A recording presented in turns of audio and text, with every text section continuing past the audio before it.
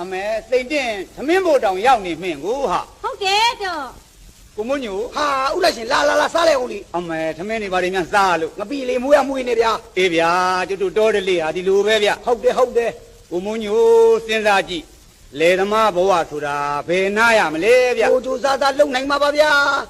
တကယ်သဘာရဖို့ကြိုးစားမယ်ဆိုရင်တော့ဖိုးထွားတို့ကြည့်ပါလား ရိုးလေရိုးသားတာကို နွားရရှင်းလောက်တာသဘာတင်းကုန်မှာအပြည့်လောင်ရတယ်ဗျ ဟုတ်တယ် အေးမောင်နဲ့ตาချောတို့ကြတော့အရှိတောင်ကယာတော့မှာဘဝရောတွေများပြီးကစင်းမတက်ဖဲအပြင်းဖက်နေလို့သမင်းချက်စရာအလင်းတောင်မမှီဘူးကိုင် အလကားလူပေါ်ကြော့ပြီဗျာ တလောကလည်းတင်းအောင်စီကနွားလေးတစ်ရှင်းကိုတဘာဘေးသွင်းမယ်ဆိုပြီးလဲလုတ်ဖို့တယ် လေလုတ်တာမဟုတ်လား ဘယ်ဟုတ်မလဲတက်ဖလဲထုတ်လိုက်တာ တဲရှုပ်ကို